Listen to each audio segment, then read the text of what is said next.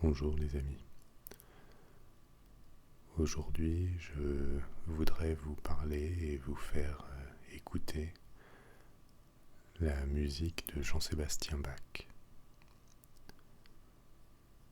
La musique, c'est avant tout quelque chose qui se ressent, qui se savoure. Et donc, avant toute explication, ce que je voudrais que vous fassiez, c'est fermer les yeux et vous laisser emporter par cette mélodie.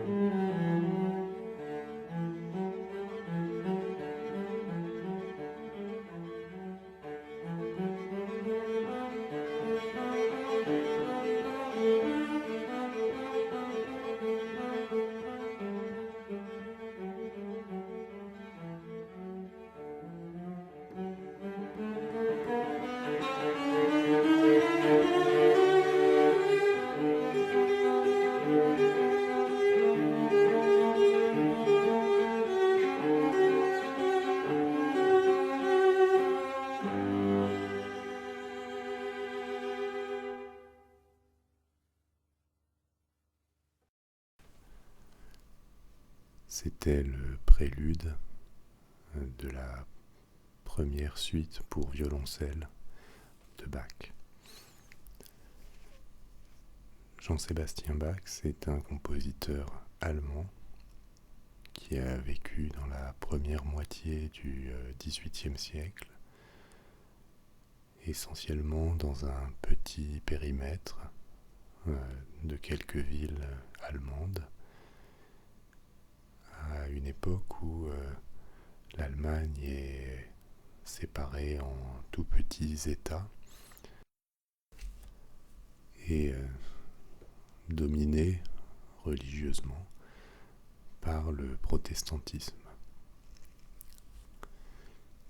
Il est généralement considéré comme le compositeur baroque le plus brillant et novateur de l'époque du baroque, sachant que ce qu'on appelle la musique baroque, c'est un terme un peu général pour décrire la musique du XVIIe et de la première moitié du XVIIIe siècle en Europe. Qu'est-ce que c'est que la musique baroque ? Pour l'expliquer, il faut en revenir à ce qu'est la structure de la musique et comment elle s'est développée, comment elle s'est fabriquée depuis la Renaissance.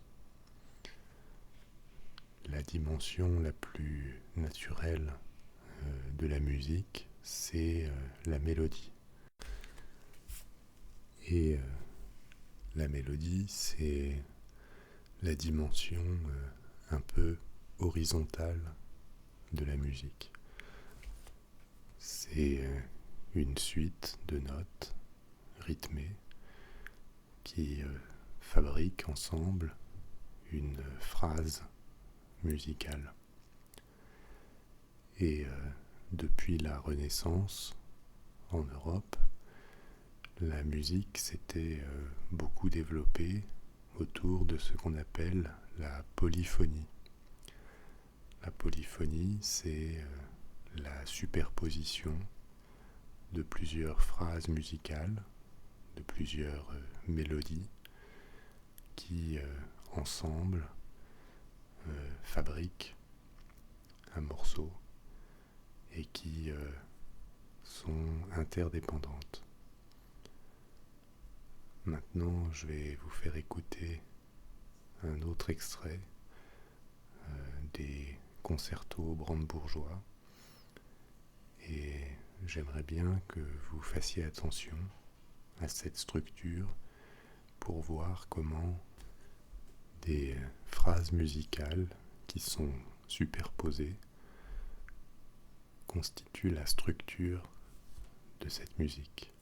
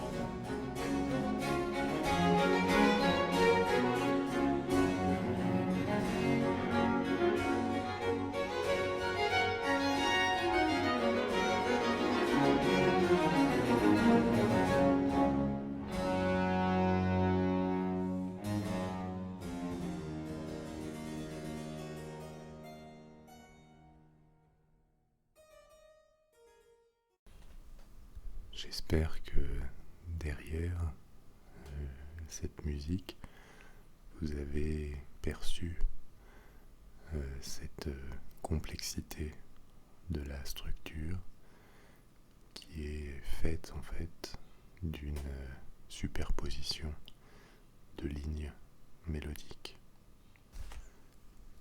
Et justement, un des premiers aspects du génie de Bach, c'est sa capacité mélodique, sa capacité à créer des phrases qui nous séduisent immédiatement et à les faire interagir ensemble pour fabriquer des œuvres complexes et en même temps qui nous semblent naturelles.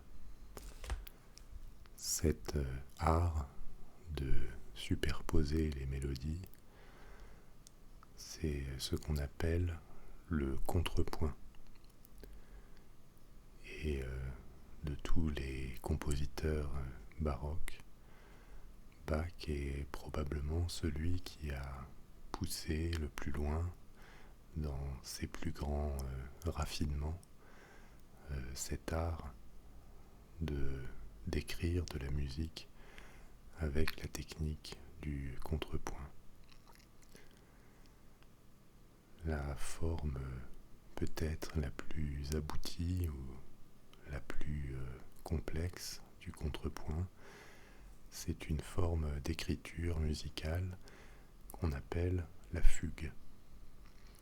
Une fugue, c'est un morceau qui part d'un thème, en général un terme assez simple de quelques notes, et qui se construit par le travail de ce thème en le projetant à différents niveaux, en l'ornementant, en jouant sur sa multiplication de façon de plus en plus complexe.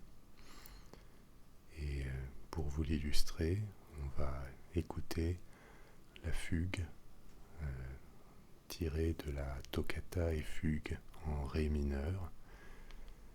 C'est un morceau écrit pour l'orgue, mais j'ai trouvé un enregistrement avec une adaptation au piano qui, je pense, sera plus relaxante.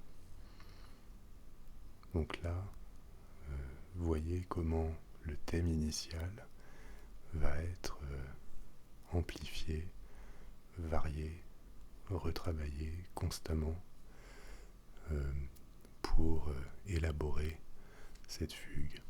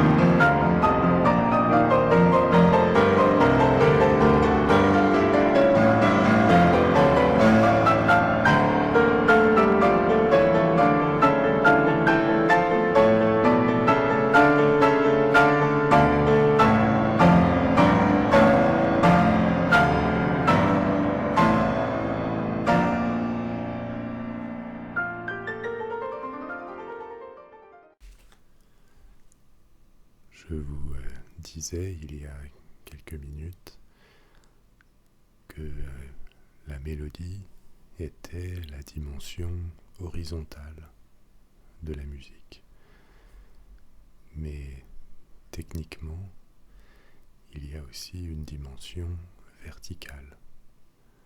Les accords, ce qu'on appelle l'harmonie, constituent aussi une dimension importante de l'écriture musicale. Superposer des notes qui s'harmonisent entre elles. Et l'innovation du baroque, ce que Bach pousse à un degré de raffinement supérieur, c'est justement ce mariage entre la tradition historique du contrepoint, de la superposition des mélodies et l'approche qu'on appelle tonale, c'est-à-dire l'utilisation d'accords qui sont théorisés, travaillés pour produire l'effet d'harmonie le meilleur possible. Et toute la tradition musicale occidentale, par la suite, repose sur cette fusion entre les deux approches autour de ce qu'on appelle l'harmonie tonale, qui est cette façon d'écrire la musique avec de la mélodie et des accords qui l'enrichissent. Bach a poussé cette fusion à un tel point de perfection qu'on peut le considérer comme un visionnaire, un fondateur de la musique moderne. Et par moderne, je n'entends pas seulement la musique classique, la musique de jazz, de variété, et même le hip-hop, la house, sont des styles qui, consciemment ou inconsciemment, reposent sur ce type d'écriture musicale. Et une des choses qui est fascinante chez Bach, c'est cette capacité derrière une écriture qui est très structurée, puisqu'il y a un aspect presque mécanique ou mathématique dans la superposition des lignes et l'arrivée des accords. Il arrive quand même à injecter une expressivité, une sensibilité qui justement sont au cœur du goût pour la musique de l'époque contemporaine. Sa musique, c'est à la fois un régal pour la sensibilité et en même temps, par son élaboration, pour l'intellect. Et bien sûr, il y a d'autres compositeurs géniaux, mais il serait difficile d'en trouver un qui, plus que les autres, arrive dans le cadre très strict de sa méthode à transcender les règles qu'il s'impose et à fabriquer quelque chose à la fois d'aussi maîtrisé et d'aussi expressif.